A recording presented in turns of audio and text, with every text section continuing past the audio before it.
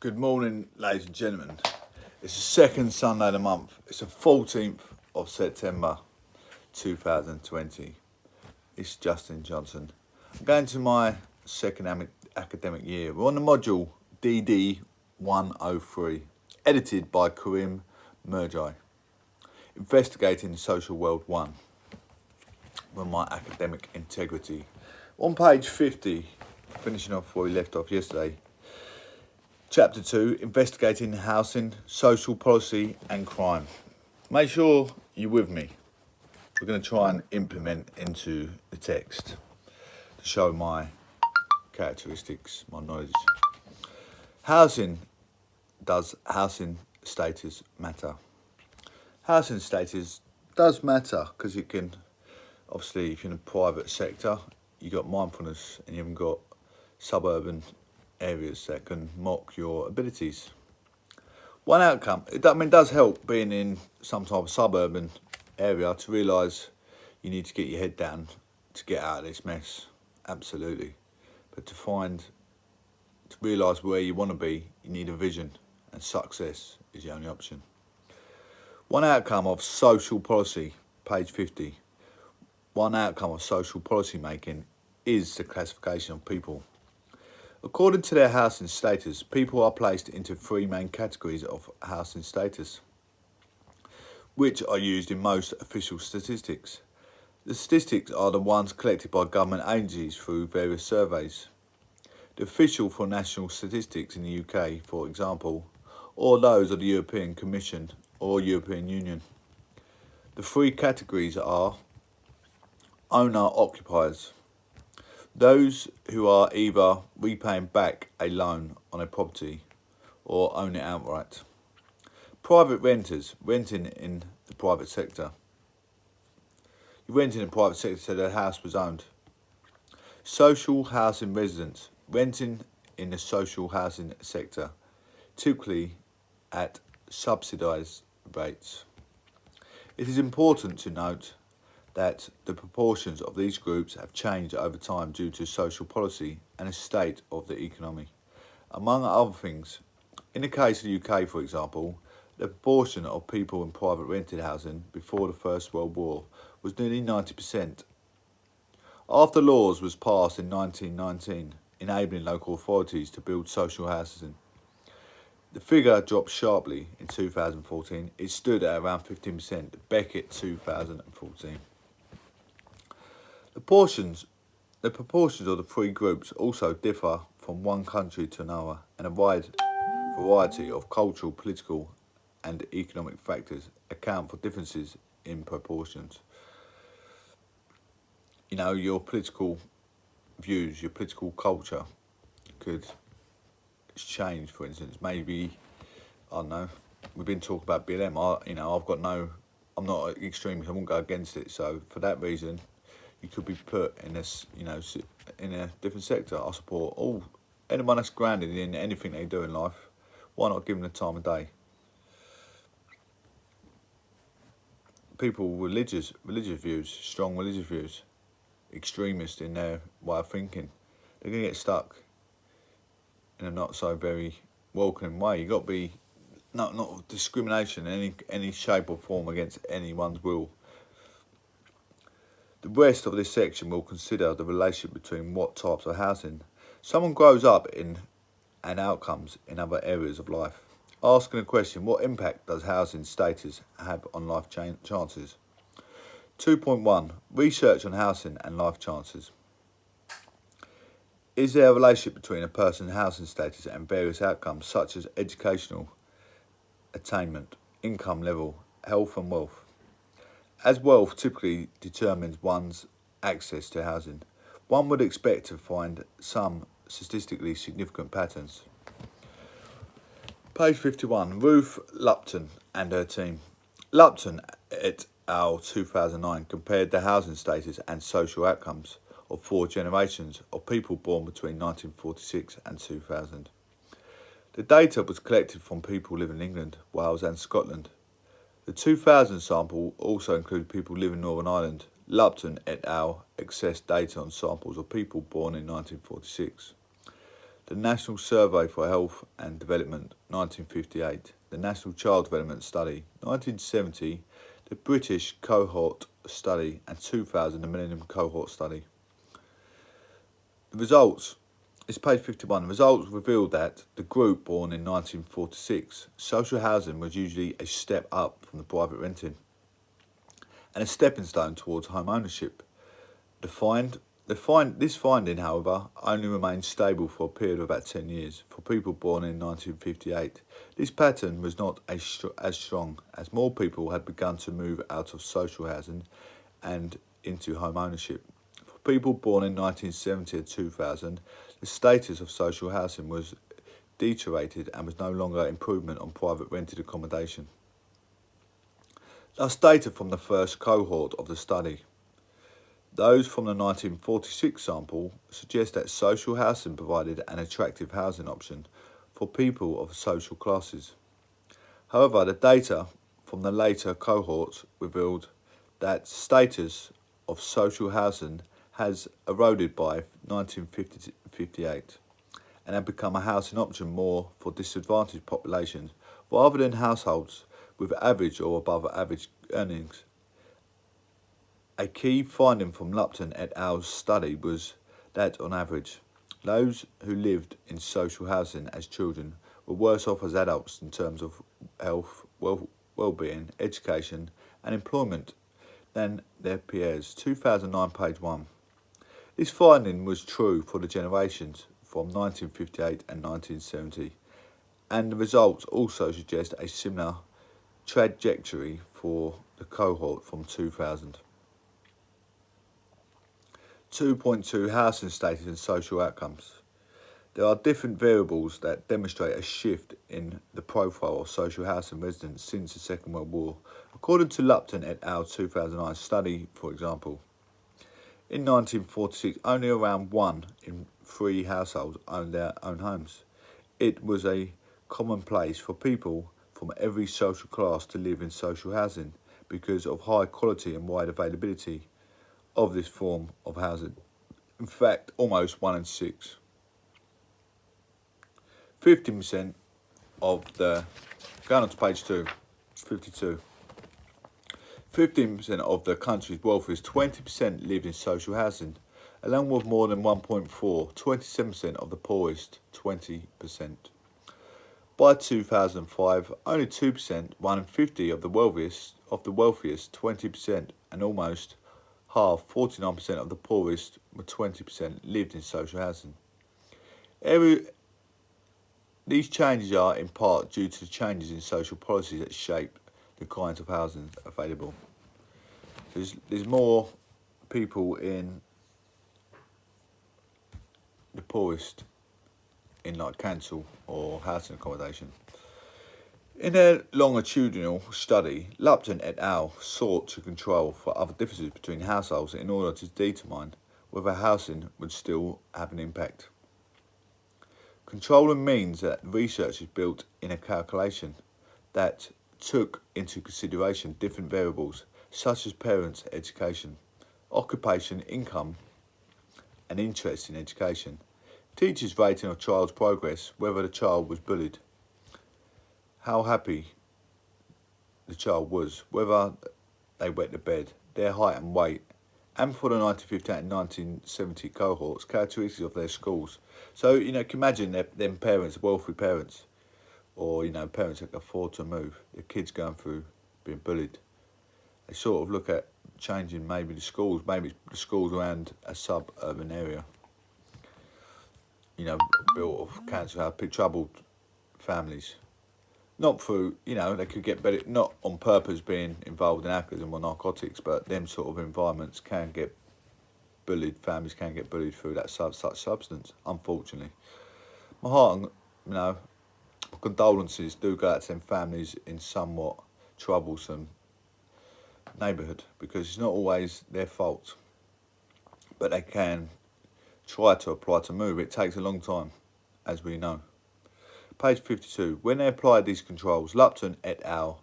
Found that housing status had no difference on social outcomes for the 1946 cohort. In other words, growing up in social housing had no independent negative or positive effect for that group. However, for children in the samples born in 1958 and 1970, housing status did have significant impact on later life outcomes. Even after controlling for other factors, they might have both restricted their opportunities and forced them to rent. To put it another way, by looking at the 1946 cohort data, it may be argued that a firm policy commitment to social housing might make social housing more desirable to people from all social classes. As a viable housing choice for the social class numbers, social housing may have the capacity to level the playing field or make people's life chances and outcomes more likely to be equal. However, if social housing is instead implemented only as a policy for the poor and disadvantaged, it may have a negative effect on the people with no alternative but to access this form of housing. Thus, overall, the findings show that the effects of growing up in social housing on the generation born in 1946 were neutral. But those born in 1958 and 1970 emerged worse off on all measures. So what can be made of the survey's conclusions? The authors are careful not to stipulate that the difference in outcomes were caused by childhood experiences of social housing, 2009, page 8, because it was difficult to isolate one factor out of so many to attribute causal effect to it. While there is evidence that child development and health are affected by social housing statuses, Tunstall et al. 2011, for example, the relationship between housing, inequality and social outcomes need further research to determine what matters in relation to housing policy. The complicated answer requires thinking about the role that social housing performs, discussing similar trends in relation to council housing. In general, Donaldson and Ungerson, 1982, they write that the social housing sector changed from catering for the neat and tidy in the post-war generation to providing for the tight and needy. By the turn of century, Lupton et al. 2009, page 58. Of course, people's life chances are not completely determined by the sort of housing they live in, but considering the relationship between different housing policies, social outcomes and changing patterns over the time in the types of housing available and who is able to access suggestions, interconnections between policies and outcomes that might not be immediately obvious. Look at page 54. Investigating housing, social policy and crime. After looking at key findings from Lupton longitudinal survey on the relation between housing status and life chances, make a short list of factors you think contribute to explaining this relationship. Now, which ones do you think are the most important and what kinds of further evidence would you need to argue your case? I mean, mine is obviously my anxiety. I got died in 3 times, I got jumped in Essex. You know, it's just my anxiety as I go out into society, still to this day, I'm looking over my shoulder. I don't know, I got jumped by 15 blokes as a young child, 18.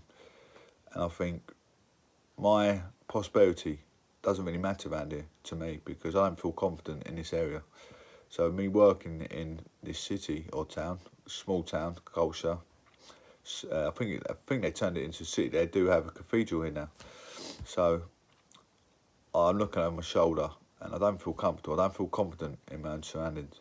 So if I can move to the city of possibly London in a nice built up area, obviously, I'd feel more confident in myself. I am an ex-professional boxer, so I've got a bit of courage there, but prosperity matters. And, you know, with what I'm studying, I feel like I could be in the wrong constituency. Looking for the right persons, like right questions to ask, and trying to interpret the answers are the basics of what social scientists do. There is not usually a single simple answer sometimes. Finding the right question is the more difficult part of the process. Often the questions are driven by the recognition of inequalities and seeking to understand what process lead to them or worsen them. If certain social housing policies are sometimes associated with negative outcomes, how does society move to more equitable policies? It is important to realise that social science can rarely be absolute in its claims of knowledge. There is not a weakness, but a recognition of complexities of the social world. Classifying people into housing categories is a technical device to implement policy or collect statistics. It is not intended to have any meaning beyond that. However, it is worth nothing that a policy sets some of the parameters that determine how people get categorised, and these categories have real, material, measurable impacts on people's life chances. So, however, it is worth nothing that social policy sets up some of these parameters to determine how people get categorised, and these categories have real, material, measurable impacts on people's life chances. So the surroundings, the sociological world, all around the area. Is there enough community chances, community halls? Church, you find in churches they give you a lot of. They give you a lot of academics, to give you a vision, give you guidance, and you work off. So I know some of you might use spider charts, things like that. What you want to change in life, your goals.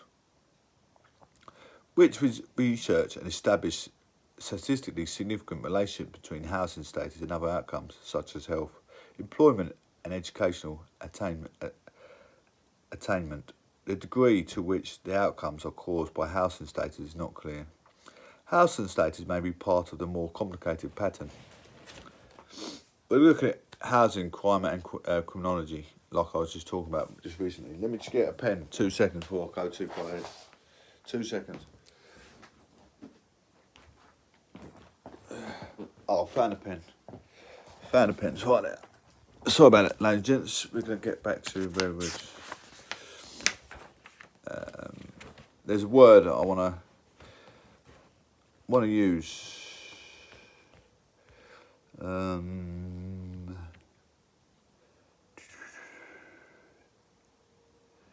I think it's on this page. Have a little look. Oh, the recognition of complexities. Page 55. Housing, crime, and criminology. The study of criminology and social policy eliminates the difference that social policies can make to understanding of crime.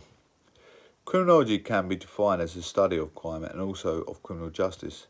Even though criminology can include the study of a wide range of topics, issues and problems that relate to crime, it is often focuses on questioning and understanding the social, political and economic factors that influence the way ideas of crime and criminal justice are defined differently in different times and places.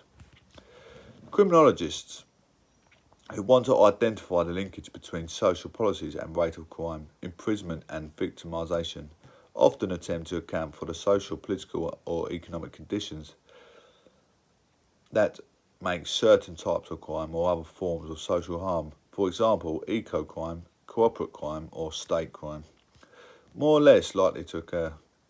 Criminologist Sir Leon Radzinowski's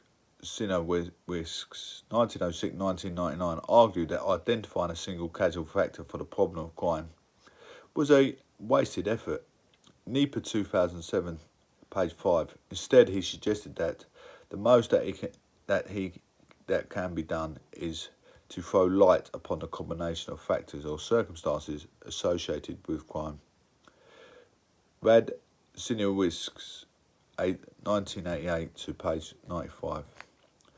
Criminology in the UK has, broadly speaking, considered problems of crime alongside, or in relation to, social welfarist concerns.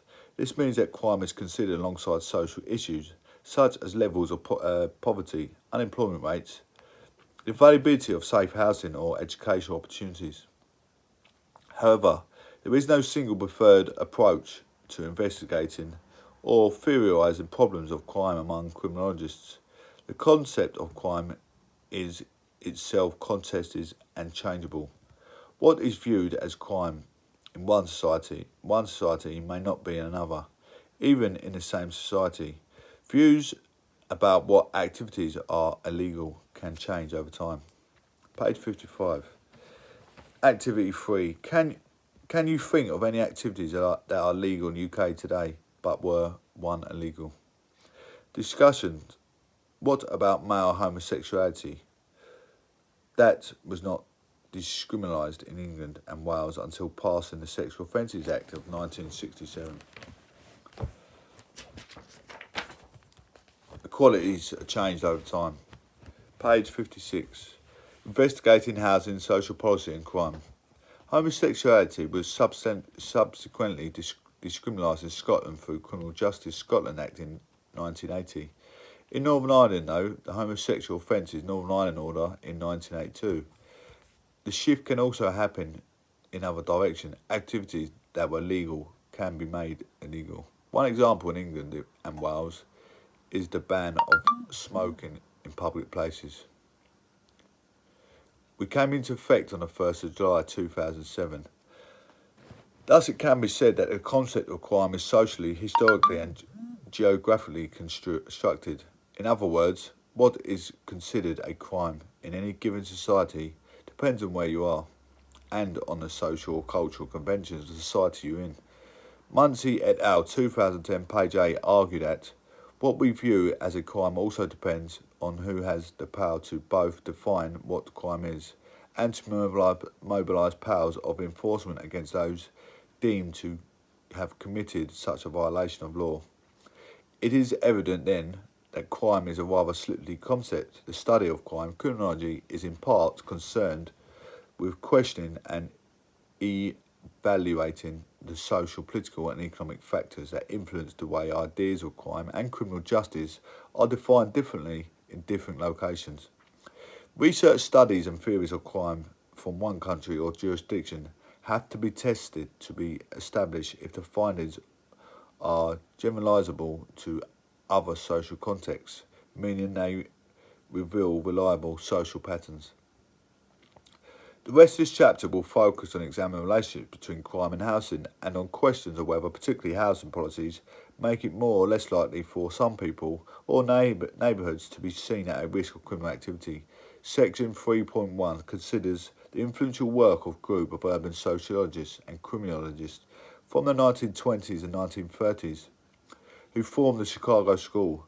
Their work established what became known as illogical theories of crime, which suggests that the environment in which people live and interact shows some association with crime rates. Section 3.2 then discusses the way links between housing and crime rates were investigated by the UK criminologists. In the answer to their US counterparts, Section 3.3 consider how some social problems come to be criminalised, that is, become a criminal justice issue as opposed to social policy issue. 57. The Chicago School of Social Disorganisation Theory. I mean, you see the slums of these places, and they go to school and they're still getting educated, and some of these children pull through and better their lives. Look at 50 Cent, the life he lived, and look at his life now. He's in a million times better situation than me or you, you know. And he's probably not a bad person in today's society. I know he paints a bigger, different picture, but inside his heart, inside his nature, he's brought up in the suburban dictionary. Same as Tupac, lost his life in the end, but that is because his history of life and the youth of today growing up, I'm assuming. None of us quite know what happened. Everyone thought it was Biggie Smalls. He got shot or shot him or whatever, but they both got shot in the end because of could be false declaration from the start, false media, rumours in the media. Figure 2.7, Chicago slums. The city of Chicago in the late 19th and early 20th century was growing at a rapid rate. Social scientists working on Chicago University during the 1920s and 1930s became interested in the way urban development of cities, and Chicago in particular, seemed to interact with and influence social life and human behaviour. Chicago School researchers, most notably Robert E. Park and Ernest W. Burgess, were concerned with developing and testing on the idea of ideological theories of human behaviour, which proposed associations between human behaviour, social structures and physical environmental factors. To test these ideas, they engaged in empirical research, using a variety of research strategies, including social surveys, analysis of senior data and field research involving interviews and observations. This is page 57. Page 58, investigating housing, social policy and crime. We can look at the map first. Central Business District, Transitional Zone, recent immigration groups, deteriorated housing factories, abandoned buildings, working class zone, single family tenants. Residential zone, single family homes, yards, garages, consumer zone and suburbs. There's a little map there, guys. Look. The first systematic studies of social life in Chicago indicated that the residential areas of the city seemed to be divided along lines of class, ethnicity, housing types and housing tenancy.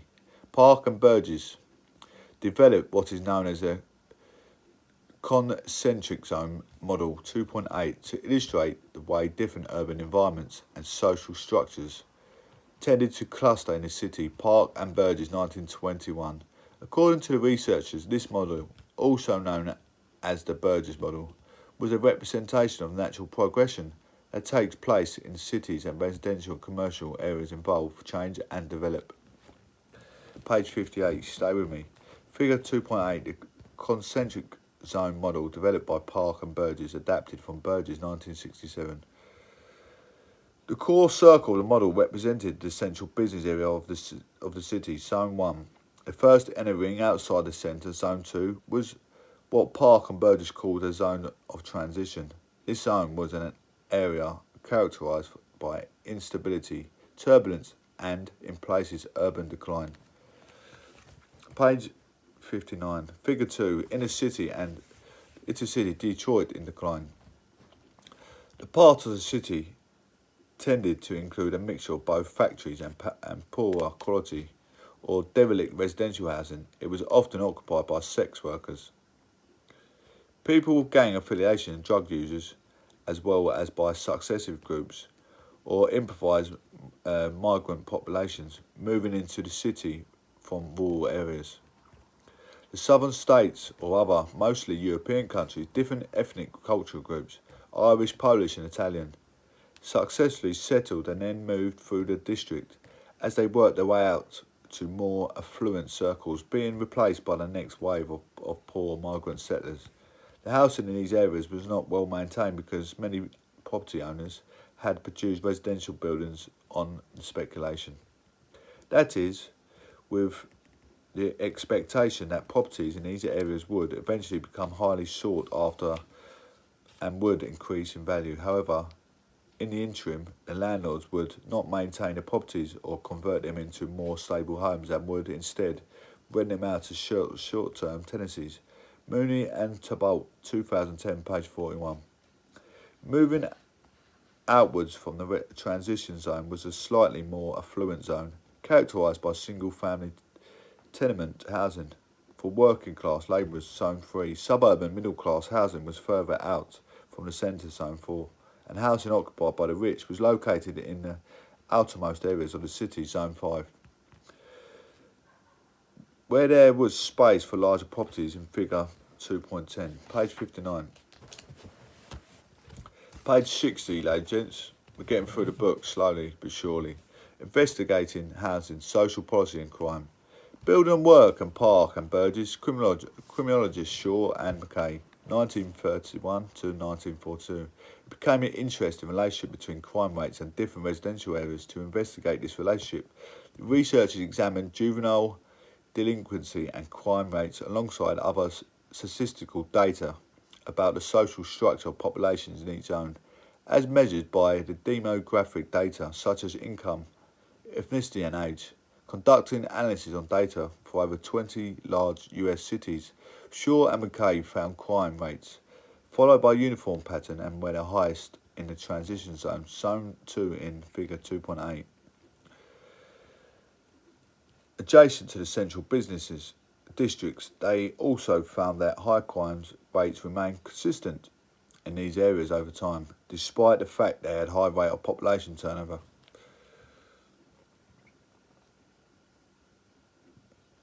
Given you have read above about some reason the transition zones in a city might have a higher rate of reported crime than other areas, even when the population within the transition zone is constantly changing.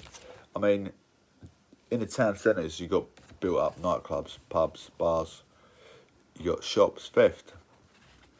People put, just theft inside the shops, theft outside the shop, nicking bikes, things like that, nicking people's purses, money, racketeering, all kinds of stuff going on in the town centres. Discussion.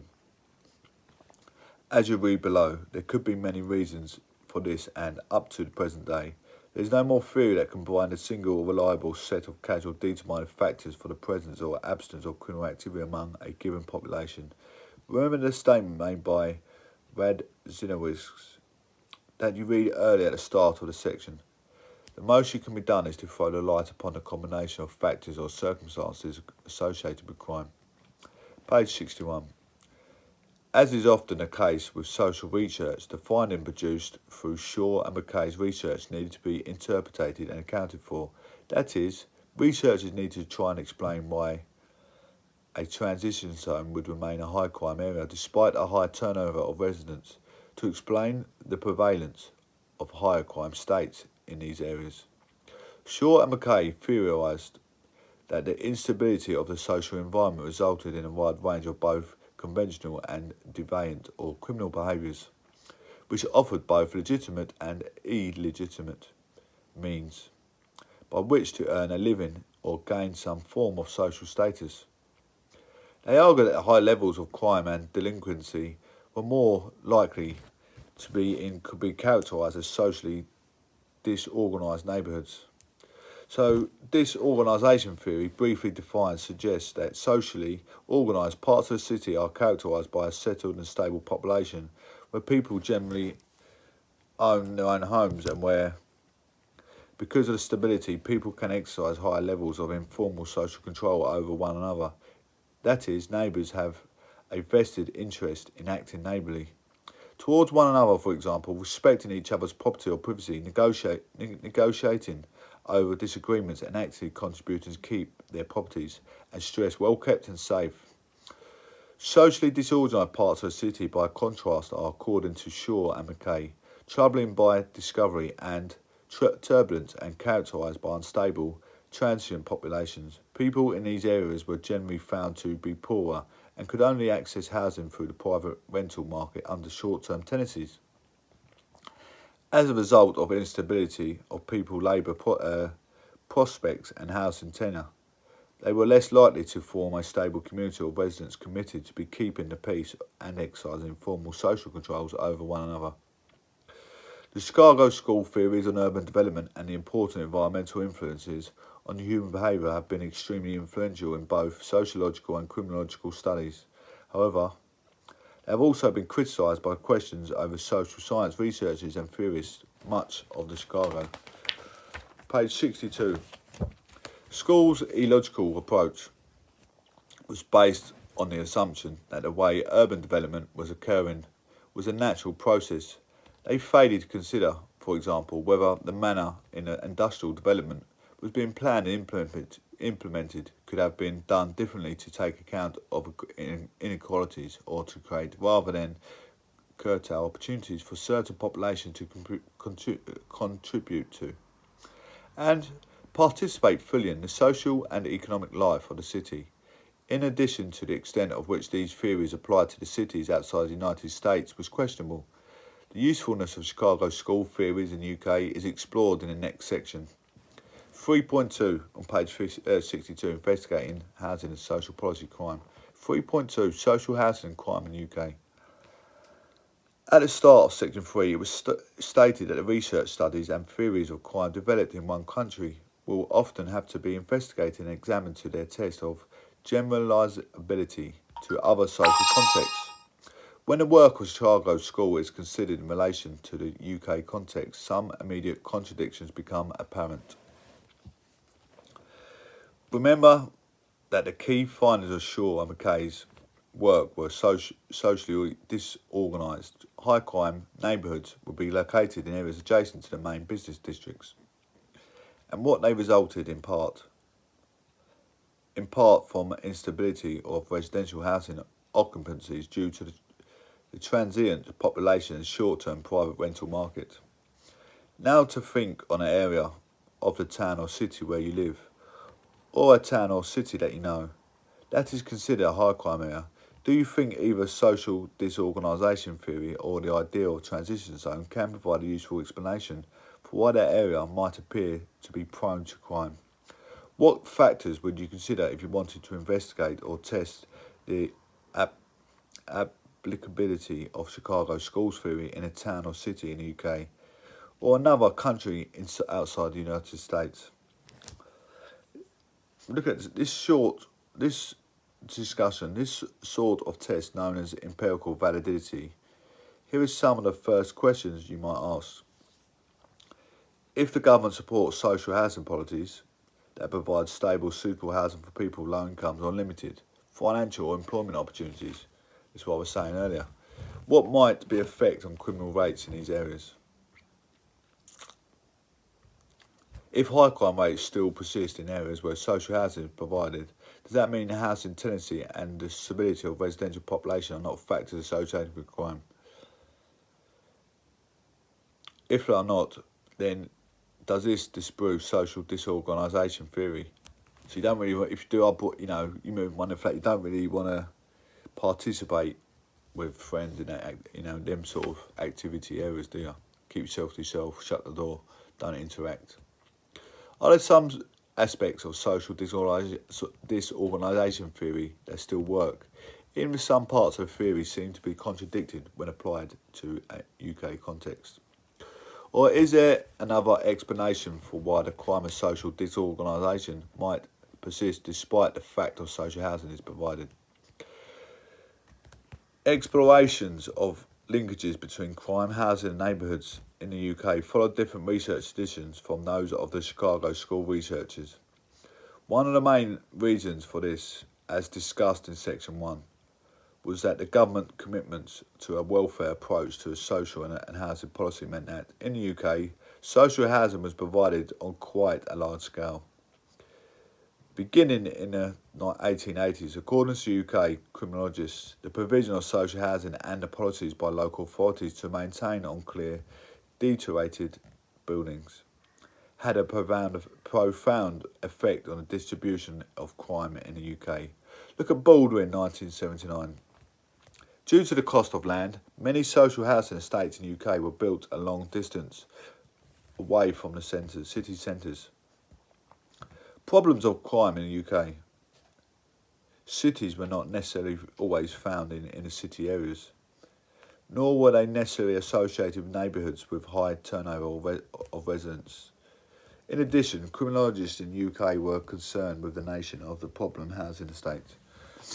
The most comparable early study to Shaw and McKay's work that was conducted in the UK was undertaken by Baldwin and Bottoms in Sheffield in 1976. Baldwin and Bottoms aimed to investigate how some housing estates could end up the higher members of the people being prosecuted for criminal activity than other estates. Despite having populations and comparable demographic profiles, in a contrast to the work of the Chicago School, Baldwin and the Bottoms found that in the UK a number of different factors potentially contributed to crime. Page 64. Council housing in Sheffield. I'll show you a picture. Look at that built up suburban area. You can imagine what a crime is like in them buildings. It's a place like that in Hatfield, right in the town centre, right behind the homeless shelter. Page 64. Between the states, they found there was an interactive relationship between public housing policies, allocation procedures and the reputation of particular states. Further research conducted by Bottoms and Wills, 1986, suggested that some housing estates could maintain their criminal or respectable reputations over long periods of time. Despite continual changes among residents,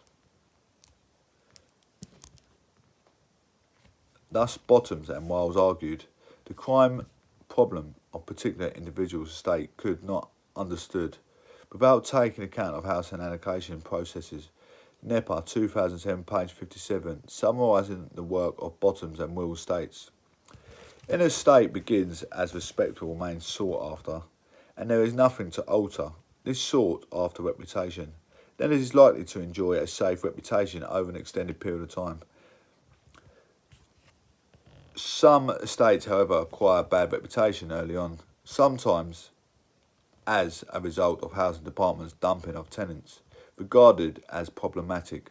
Others undergo a tipping process when original tenants transfer to more desirable states elsewhere, leaving the estate to become categorised as the place from the problem families.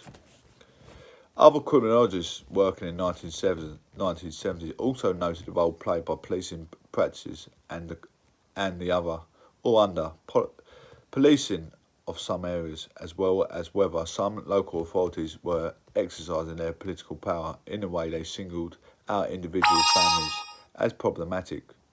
See, for example, Armstrong and Wilson 1973 or Byrne 1974, examinations of the policing or allocation policies that might lead to categorisation, or some people or places as problems or as criminal, have continued to proliferate in both the criminology and social policy literature.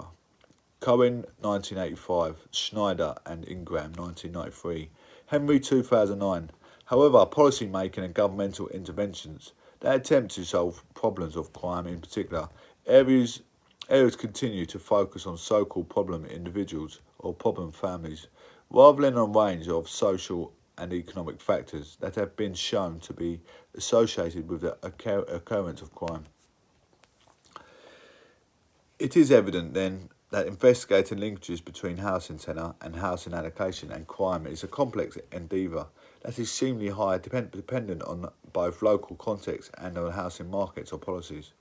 The idea is that some people or places can sometimes develop reputations as problematic has long attracted attention from social scientists. The next section on housing, crime and criminology considers some of the ways that social problems come to be viewed and categorised as criminal justice problems. You can, like when you start a young family, you see what you put in your, you can put yourself through. You start off in these sort of built-up areas. You're not going to get much of a chance. So think first, think safety. I always say that, don't I?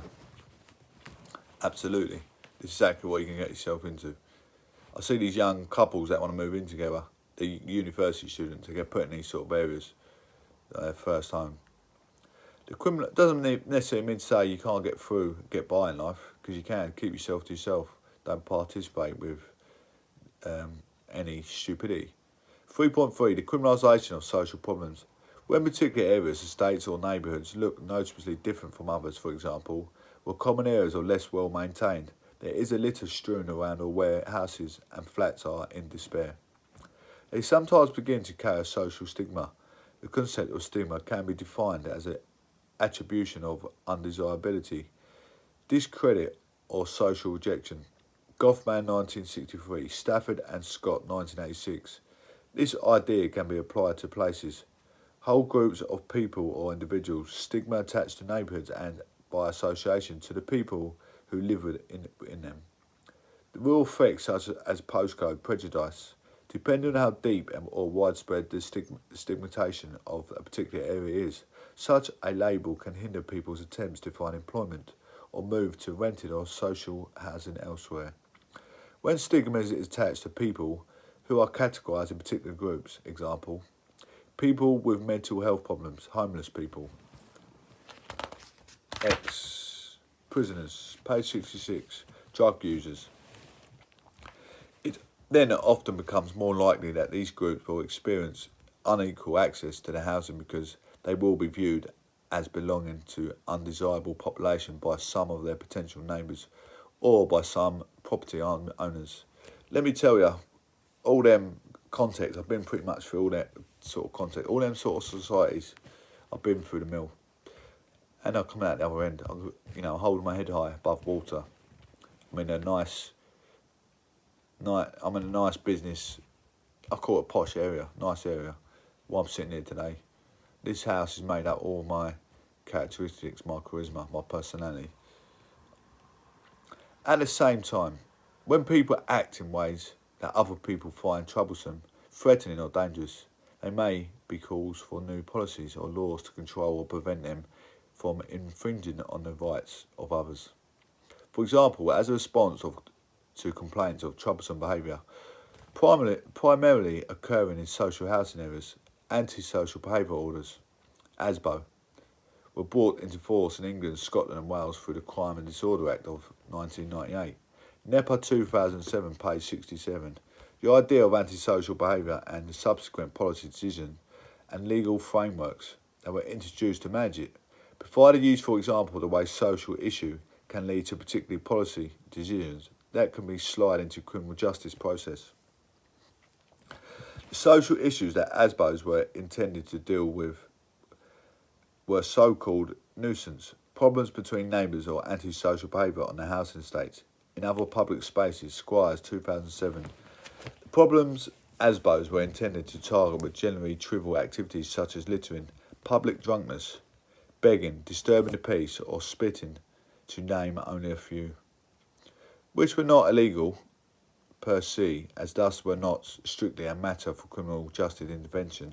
However, the ASBO made it possible for the social problems such as these to be acted upon authorities without the burden of proof that is required to convict someone of criminal offence. Breach of an ASBO, however, is a criminal offence and is referred to court, where the person in breach of the order is charged and tried under the conventions of criminal law. Thus, it has been argued that Ruth Ford that the ASBO provides a particularly striking example of criminalisation of social policy.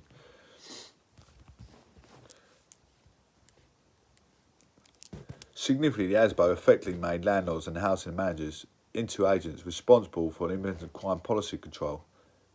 of crime control policy. As a result, some criminologists have argued that the ASBO was fundamentally created as a tool to exercise greater levels of social control over the poor. Squires 2006.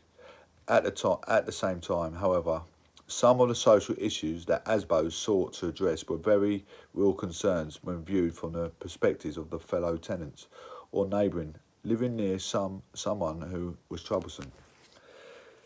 Taking account of the material that you revealed in section 3, how would you, as a social science researcher, investigate the question on whether or not ASBOs had the desired effect of controlling troublesome activities in social housing areas?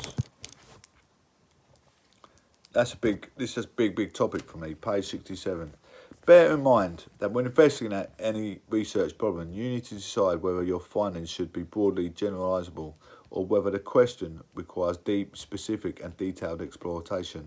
This is often a trade-off, but in activity 6, it is possible that both types of findings would partially answer the question. For example, a broad-ranging study might suitably compare rates of reporting nuisance activities in a range of areas and whether or not these rates change in relation to the number of ASBOs issued in them. However, remember what has been said this section about the importance of local context when it comes to identifying issues associated with crime in particular areas.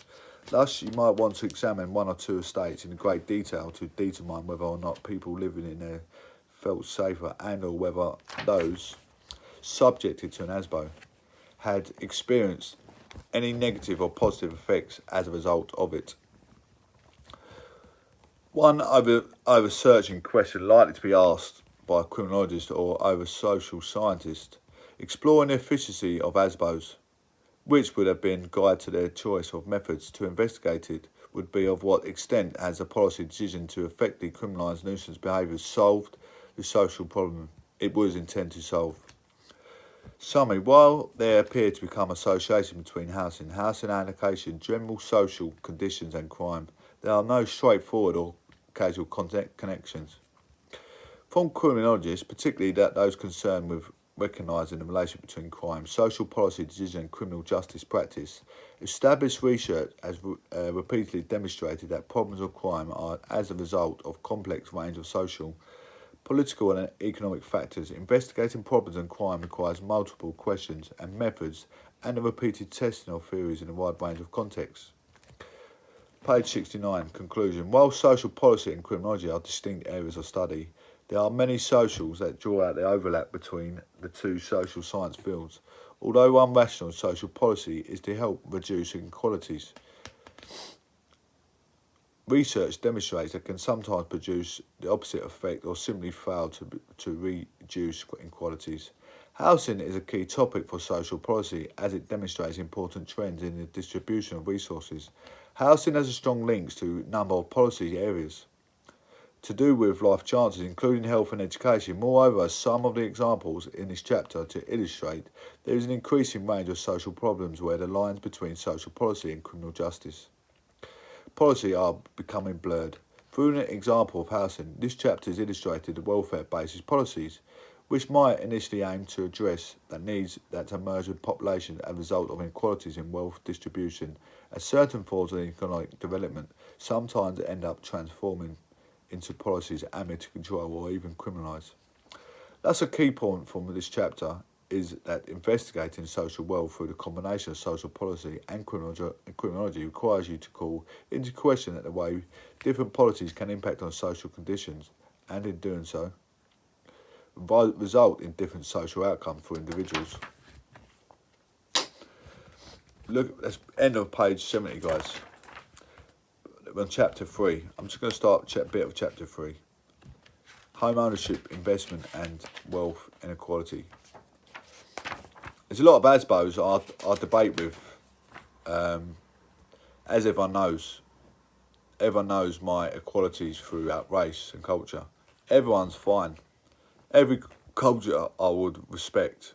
I go Turkey, I respect the Muslims. I respect Jews. I'm always nice to, if you bring the success to the table, I'm always nice. I don't say I've worked for Indians, I've worked for Pakistanis, I've worked for all different cultures. I've got no offensive attitude towards any of them. These ASBOs are getting away with a lot of criminality. I mean, we have to turn our blind eye to it some time, but should I? I'm having a debate. It's upsetting me that people on the BLM thing, it's upsetting the inequalities of it. It's absolute fascism to go against it, and it's burdening my knowledge, my success. I might put a complaint in. Public policy towards housing has changed over time. For example, governments that were once big providers for housing as part of their social policy has encouraged the growth of non-profit housing. Association and private sector landlords as alternative sources rented homes. Governments have also promoted home ownership, helped by the aspiration of many households to become owner-occupiers, and their increasing scope of doing so as their incomes rises and necessary mortgage loans become available. This chapter examines the causes and some of the consequences of rising owner-occupation, which is happening across a number of countries in the recent decades. It pays particular attention to financial aspects of home buying and the collective results of treating housing as an asset. This chapter will explore the ways that households might gain economy for owning their homes and the evidence that is motive for buying them. The theories and evidence that social scientists can use to test propositions of the cause of the impacts of home buying and behaviour. The impact of property purchases and the equality of wealth distribution. The wider economic impact of widespread house purchase and of bank lending is enable this, including worsening affordability problems and financial sector instability. Renting or buying, which do people prefer? Examines evidence for the people preferring ownership to renting. Motives from buying, looks at possible social and economic motives for wanting to own a home. Section 3. Is there evidence that people buy houses as an investment? Considers the sources of evidence for people treating homes as an investment and not just a place to live. Thank you, ladies and gents. That's an hour's reading for today. I'm going to call that it. Thank you for staying in tune.